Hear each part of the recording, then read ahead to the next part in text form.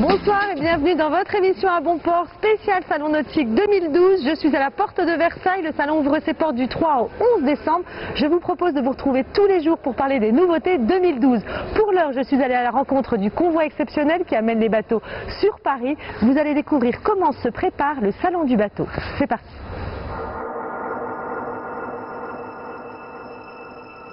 Une logistique toujours aussi impressionnante.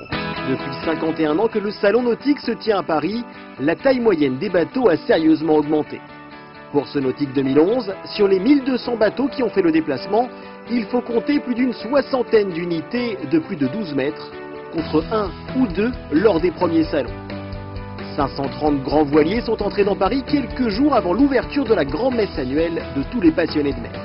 Un moment qui suscite toujours une certaine effervescence chez les organisateurs, mais également pour les Parisiens. Les clients attablés aux terrasses des cafés du boulevard Montparnasse sortent leurs appareils photo et leurs téléphones pour fixer cet incroyable spectacle. Un catamaran de 12 mètres sautant les feux rouges du boulevard en montant à plusieurs mètres de haut, en basculant d'un bord sur l'autre. Dans la cabine des camions porteurs, les chauffeurs deviennent de véritables virtuoses de la danse hydraulique. Tout en conduisant, ils pilotent le vol du bateau au-dessus des palissades, des véhicules garés, des abribus et des feux rouges dont certains doivent être démontés. La prolifération de lignes électriques, de terre-plein et d'obstacles rend les boulevards extérieurs impraticables pour les grands bateaux, obligés de trouver un accès malgré leur grande taille. Par convoi de 3 bateaux ou de 6, le spectacle ne manque pas de sel. Une parade de Noël avant l'heure en quelque sorte, d'autant que depuis la construction du tramway juste devant le parc des expositions, les bateaux doivent passer dans Paris. On parle même d'un retour à la fin du salon nautique par les Champs-Élysées. Le pavillon 1, vide quelques heures auparavant, se remplit en quelques minutes, invitant les longues remorques à s'aligner sagement en attendant les grues du lendemain pour la mise en place définitive des bateaux. Les transporteurs, à l'image de Capel ou Ogiso, sont de grands habitués de ce ballet nautique nocturne. Bonsoir Didier, alors toi tu es responsable logistique des transports Ogiso. Explique-nous, Ogiso c'est très connu dans le monde du nautisme pour transporter les bateaux. Eh bien oui, effectivement, Ogiso a été créé en 1965 par M. Ogiso lui-même. Donc, nous transportons les bateaux Beneteau et Janot depuis cette date-là.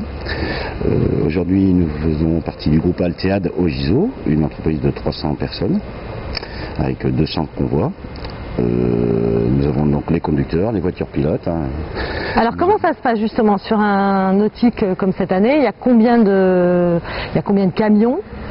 Comment ça se passe une logistique pareille? C'est très compliqué j'imagine. Alors une logistique de telle sorte, elle se prépare déjà juste à la fin du salon. Quand celui-ci est terminé, on prépare déjà le salon 2012. Donc on travaille bien en amont. On travaille avec les administrations, ce qui est très important. Et aujourd'hui, nous transportons une cinquantaine de bateaux sur ce salon 2011. D'accord. Alors, combien de temps ça prend? Les camions partent 24, 48 heures avant, il y a des arrêts, il y a des voitures pilotes. Comment ça se passe tout ça? Ils sont partis lundi. Donc lundi, on charge lundi, je pense, de ville. Lundi pour arriver ce soir au salon nautique. Donc il y a des arrêts obligatoires sur la route parce qu'on ne peut pas circuler la nuit. Comment ça se passe? Oui, tout à fait. Nous sommes soumis à une réglementation donc, préfectorale. On peut circuler que de jour et le temps de conduite des chauffeurs peut être de 9h ou 10h. 10 heures dans la semaine. Donc ils se sont arrêtés hier au niveau du Mans et ils sont repartis ce matin pour s'arrêter ce soir et nous faisons l'entrée de nuit, je dis bien de nuit, à Paris.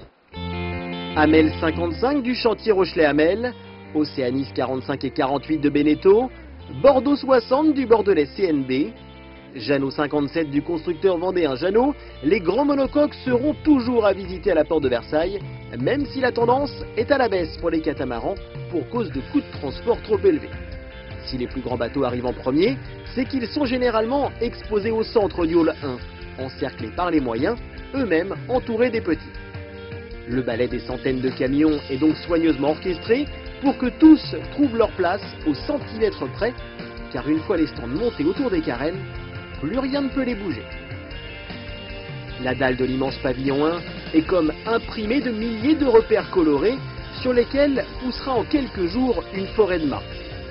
Véritable ruche active jour et nuit, le nautique se construit ainsi en 9 jours.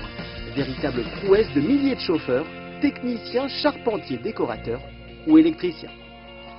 Ce sont donc 1200 exposants, 1500 bateaux, dont 300 nouveautés que je vais vous faire découvrir tous les jours. En attendant, je vous propose d'aller à la rencontre d'Alain Pichavant, le commissaire général du Salon Nautique. On se retrouve demain pour une nouvelle émission. Salut, bye bye. Depuis la crise de 2008, si vous voulez, le nautisme s'est un peu remis en question. Et c'est vrai qu'il y a eu, très rapidement, le nautisme a essayé de lancer une nouvelle gamme, de nouveaux produits, de développer de nouveaux bateaux, entre autres.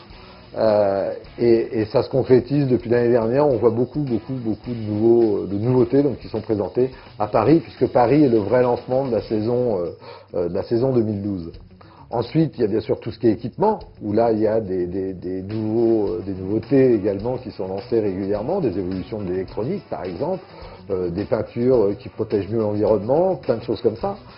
Donc ça, c'est très présent. Et puis, il y a les événements liés au salon nautique. Donc cette année, par exemple, on va refaire la traversée de Paris en stand-up paddle, qui est la pratique du surf, mais avec une rame, hein, qui au départ était une vraie pratique de surfeur, puisque c'est ce qui permettait de monter sur les grosses vagues, d'aller sur les grosses vagues au surfeur, plutôt que de ramer.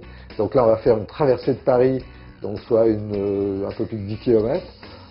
L'année dernière, on l'avait fait dans des conditions très rudes puisque c'était le premier samedi et il neigeait. On espère que cette année, les conditions seront un peu plus clémentes. En tous les cas, il y a eu 100 partants qui se sont inscrits en 3 jours. Donc on est déjà sûr que ce sera l'un des gros événements du stand-up paddle en France pour l'année 2011.